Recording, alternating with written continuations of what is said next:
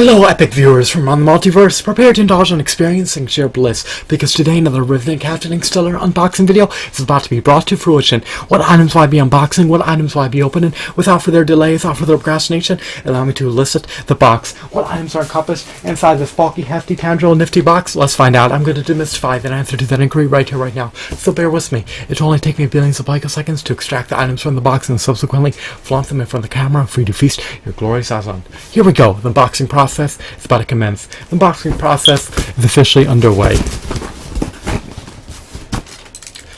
At the get-go, we have a cage. Is it a novel item? Is it robust? Is it intricate? That's for you to subjectively determine. Does it appease me? It does in certain facets. Am I more buoyant? Am I more jubilant? Am I more content? Perhaps. Let's move on. We have another character derived from the Family Guy action figure line. By the way, before I forget to notify you, this is the second part of my unboxing of the massive Family Guy action figure line. So if you have yet to bear witness to the first part, then you can do so at your own discretion, or you could forgo watching that part. It's all up to you. Implement decisions based on your own volition. Don't allow me to influence you or dissuade you.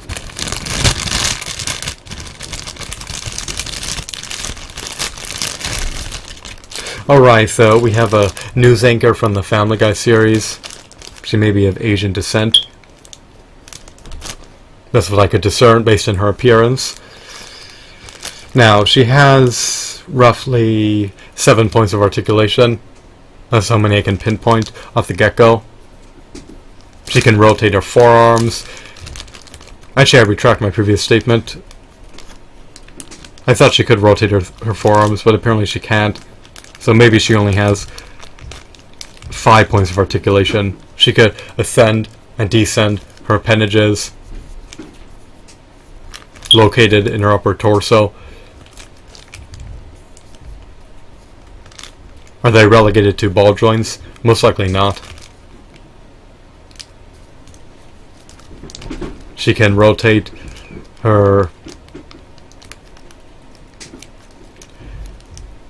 legs. The rotation is encumbered by how close together they are. Her head can slightly rotate, but its movements are impeded by her hair. So, not a state-of-the-art figurine, but if you're an avid devout Family Guy fan, perhaps she'll appease you a bit more than the average consumer. Of course, she comes with some accessories, or a lot, you can say, comes with some accessories that I procured via eBay for under $130. We have this item, which may be a base that characters can be mounted to. Let's move on. We have this particular character. Is he supposed to be a hillbilly? Who knows?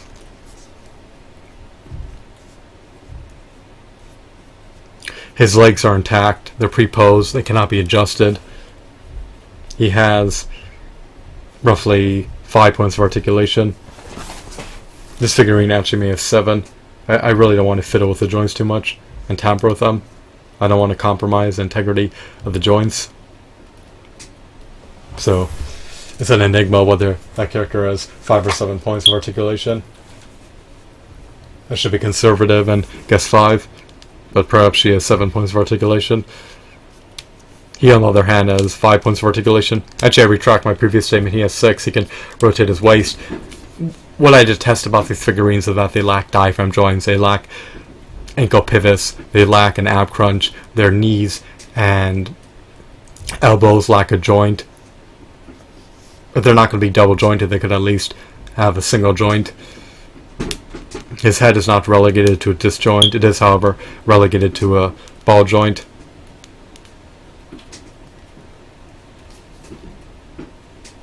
His face is marred with minor scratches that impair his appearance. So, it is a shame, it is a pity. Next we have this kid, with this figurine. His face is upside down.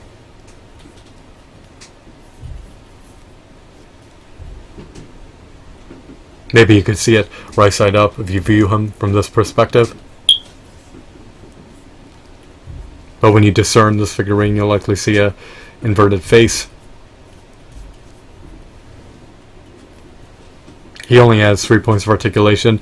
Missed opportunities on Mezco's behalf, I guess you can say. If you recollect that Toy Biz Marvel Legends figurines had over 30 points of articulation, I believe the Juggernaut action figure derived from Toy Biz Marvel Legends Series 6 had at least 42 points of articulation. You fast forward years later, you're paying a more hefty, more exorbitant premium price to receive inferior figurines that can't hold a candle against the Toy Biz Marvel Legends figurines, which retailed for $8 each.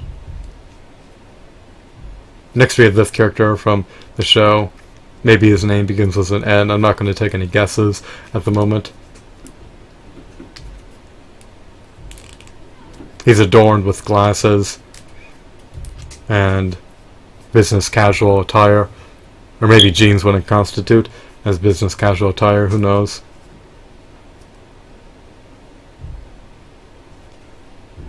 He's missing a hand. That's a calamity, in my opinion. Why? I want my action figures to be cohesive. I want them to be complete. I want them to be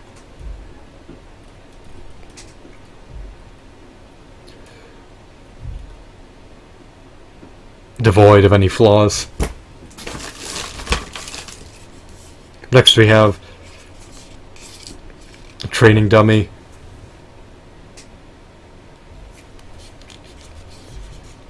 I'm not sure who this figurine is supposed to represent. Maybe he's a training dummy. Maybe he's supposed to be a punching bag. Who knows?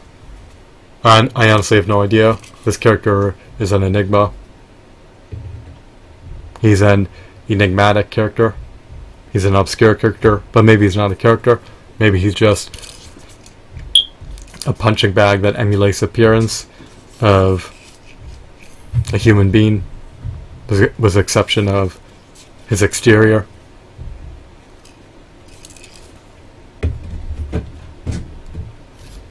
He looks like a mummy in certain facets, but I don't see bandages wrapped around all of his appendages. He just has these white or gray paint applications embedded on his exterior, or his epidermis. Next we have Stewie Griffin. He's adorned with sailor attire. Sailor. I guess it's pronounced sailor. I haven't stated that word in years. I guess he's adorned in sailor attire. I guess a sailor rather than failure. Who knows? Sailor. We'll just go with that. He's adorned with sailor. He's adorned with sailor attire.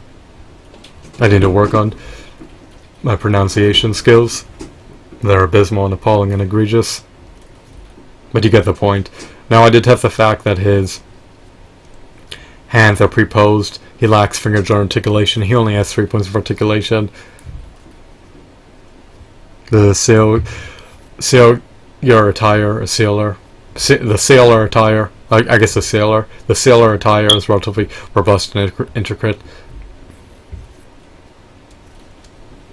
Why do I say this? Well, he looks like a sailor.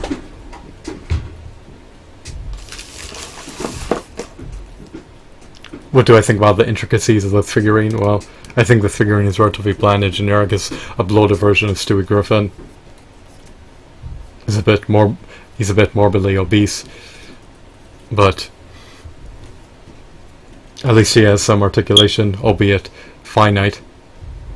He has an aperture rendered in his hand. He's likely meant to wield an accessory, or perhaps an armament. Who knows? Maybe he's meant to leverage a piece of food that he can stuff into his mouth so that he's not famished. But I would make the arbitrary assumption that this character is not famished. He's likely well fed. That's why he's bloated.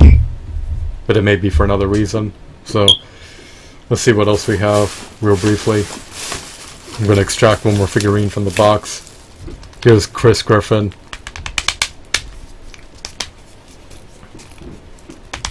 He's adorned with workout attire. His hat cannot be removed, nor can his suit. His hair is marred with scratches. His face, at least, is in decent condition, so that's a redeemable feature right there.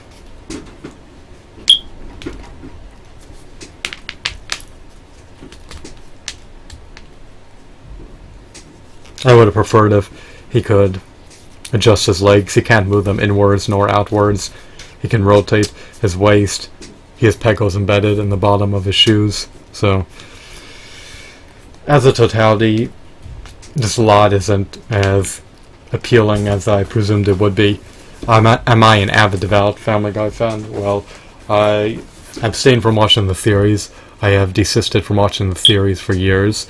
Does it eminently appease me? Does it tickle my fancy? Do I deem it to be enthralling? Not really. I do like the characters. I like some of the characters. Others of them are not as appealing as the Griffins. These figurines that I received are not very appealing in my humble opinion. Why do I say this? Well, they only have a finite amount of points of articulation. They're characters that are relatively obscure, that aren't very intriguing. The lore behind most of these characters remains an enigma from my perspective.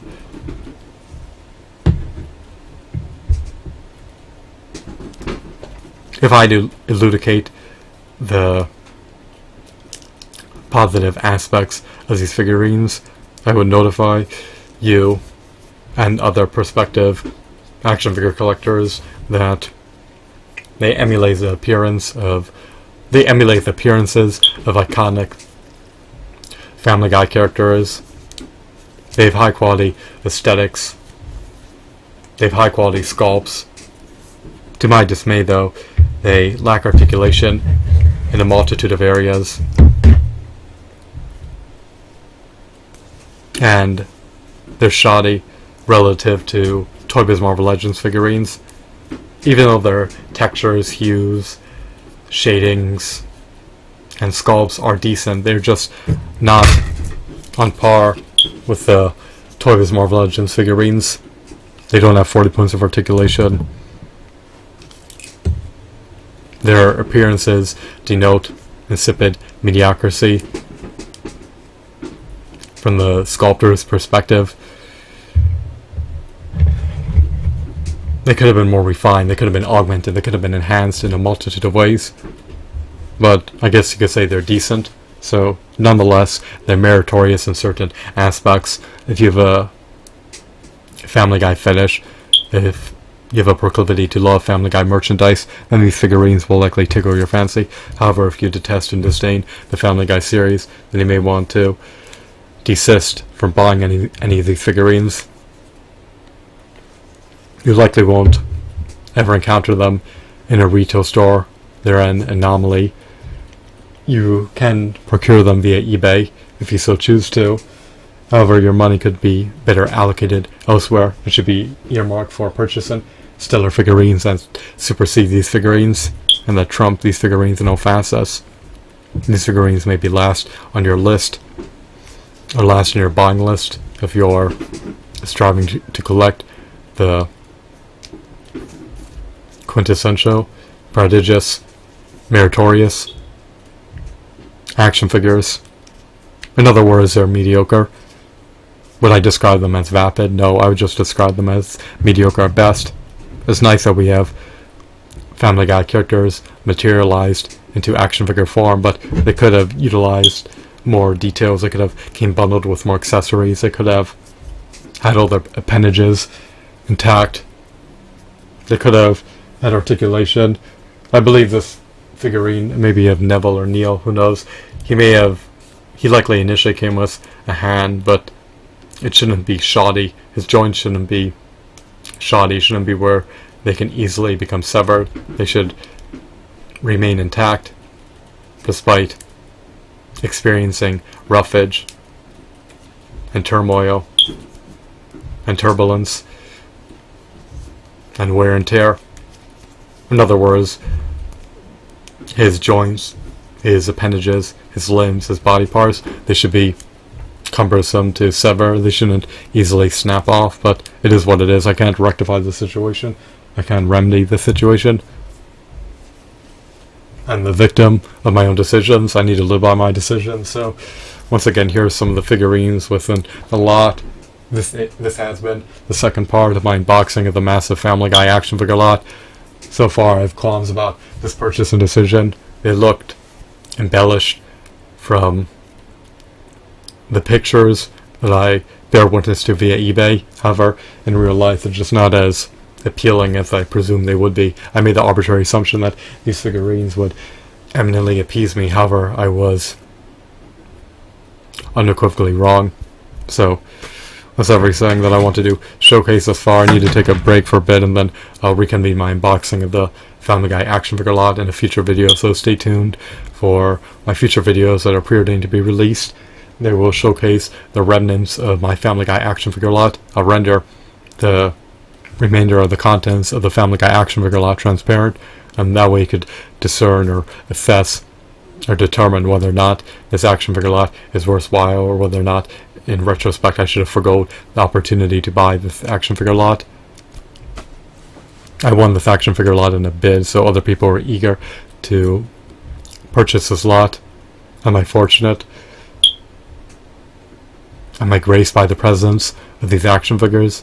Well, that remains to be seen. At the moment, it's an enigma.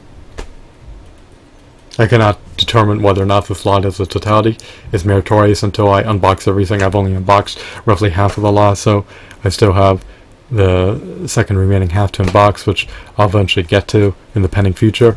So I hope that you found this video to be intriguing and insightful. Have a wonderful, marvelous day. Goodbye.